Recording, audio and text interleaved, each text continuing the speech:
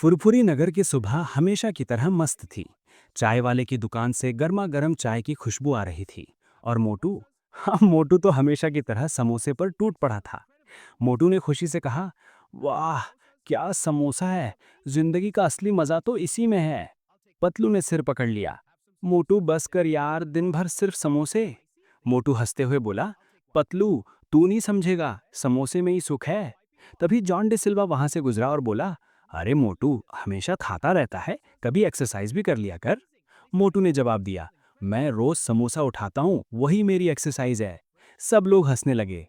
लेकिन किसी को क्या पता था, आज का दिन कुछ अलग होने वाला है।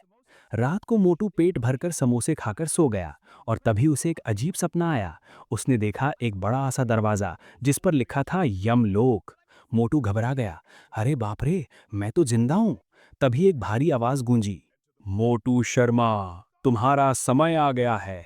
मोटू ने देखा, सामने खुद यमराज खड़े थे। काला चेहरा, बड़े सींग, हाथ में गदा। मोटू कांपते हुए बोला, यमराज जी, अभी तो मैंने समोसा भी पूरा नहीं खाया। यमराज गरजे, तुम्हारा खाना ही तुम्हारी सबसे बड़ी समस्या है। और तभी मोटू की नींद टूट गई। मोटू चिल्लाया, पतलू, यमराज आ गए। पतलू ने आंखें मलते हुए कहा, सुबह सुबह ड्रामा मत कर मोटू। अगली सुबह मोटू और पतलू बाजार जा रहे थे। मोटू समोसे लेने में व्यस्त था और पतलू सब्जी खरीद रहा था। तभी अचानक आसमान का रंग बदल गया। बिजली चमकी, जमीन हिलने लगी और एक बड़ा सा धुआं उठा। लोग चिल्लाने लगे, अरे ये क्या हो गया। और उसी धुएं में से एक भयानक आकृति निकली, यमराज। मोटू की आंखें फट गईं। पतलू, सपना सच हो गया। पतलू भी हैरान, ये तो सच में यमराज हैं। यमराज ने गरज कर कहा, मोटू शर्मा, तुम्हें यमलोक चलना होगा। मोटू रोने लगा, पर क्यों, मैंने क्या किया। यमराज ने एक रजिस्टर निकाला, तुम्हारा नाम गलती से लिस्ट में आ गया है। पतलू गुस्से में बोला, गलती, ये क्या सिस्टम है। यमराज बोले, यमलोक में भी कभी कभी क्लरिकल मिस्टेक हो जाती है। एक अजीब हवा मोटू और पतलू को उठाकर ले गई और दोनों पहुंच गए यमलोक। वहां सब कुछ डरावना और अलग था। बड़े बड़े महल, अजीब प्राणी और रहस्यमयी माहौल। मोटू डरते हुए बोला, पतलू, मुझे घर जाना है। पतलू ने समझाया, हिम्मत रख मोटू, हम कुछ ना कुछ करेंगे। तभी सामने चित्रगुप्त आए। चित्रगुप्त बोले, यमराज जी, ये गलत मोटू है। यमराज चौंक गए, गलत। चित्रगुप्त, हाँ, जिस मोटू को बुलाना था वो मोटू वर्मा था और ये मोटू शर्मा है।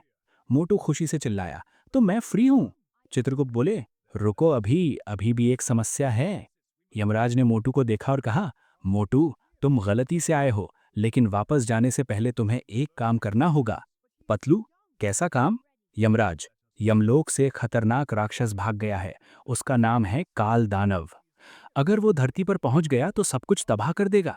मोटू घबरा गया, मैं राक्षस पकड़ूं, मैं तो समोसा पकड़ता हूं। यमराज बोले, ये करना होगा वरना तुम यहीं रहोगे। मोटू ने पतलू की तरफ देखा, पतलू, कुछ करो। पतलू बोला, ठीक है यमराज जी, हम मदद करेंगे। काल दानव धरती पर पहुंच चुका था। फुरफुरी नगर में अफरा तफरी मच गई। जॉन चिल्लाया, बचाओ। इंस्पेक्टर चिंगम बोले, ए राक्षस, रुक जा। राक्षस हंसा, हा हा हा हा, तुम मुझे नहीं रोक सकते। तभी मोटू और पतलू वहां पहुंचे। मोटू ने हीरो स्टाइल में कहा, काल दानव, अब तेरा खेल खत्म। पतलू ने प्लान बनाया, मोटू, हमें समोसे का इस्तेमाल करना होगा। मोटू चौंका, समोसे का।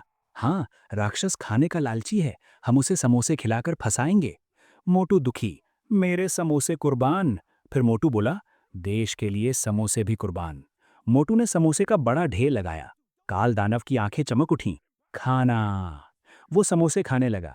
खाते खाते उसका पेट इतना भर गया कि वो हिल भी नहीं पाया। पतलू ने रस्सी से उसे बांध दिया। इंस्पेक्टर चिंगम खुश होकर बोले, शाबाश। यमराज प्रकट हुए, मोटू, तुमने यमलोक की इज्जत बचा ली। यमराज ने मोटू को आशीर्वाद दिया, मोटू, तुम बहादुर हो, मैं तुम्हें वरदान देता हूँ। मोटू खुश, क्या वरदान, अनलिमिटेड समोसे। यमराज हंस पड़े, नहीं, तुम्हें जिंदगी की असली कीमत समझ आ गई है। पतलू मुस्कुराया। यमराज बोले, याद रखना, जिंदगी का मजा सिर्फ खाने में नहीं, अच्छे काम करने में भी है। मोटू भावुक हो गया, यमराज जी, मैं वादा करता हूं, मैं समोसे कम खाऊंगा। सब हंस पड़े। एंडिंग, खुशहाल अंत। मोटू और पतलू घर लौट आए। फुरफुरी नगर फिर से सामान्य हो गया। मोटू ने एक समोसा उठाया, फिर पतलू को देखा और बोला, पतलू, सिर्फ एक समोसा। पतलू हंसकर बोला, ठीक है मोटू, लेकिन एक्सरसाइज भी। और दोनों हंसते हुए चल पड़े।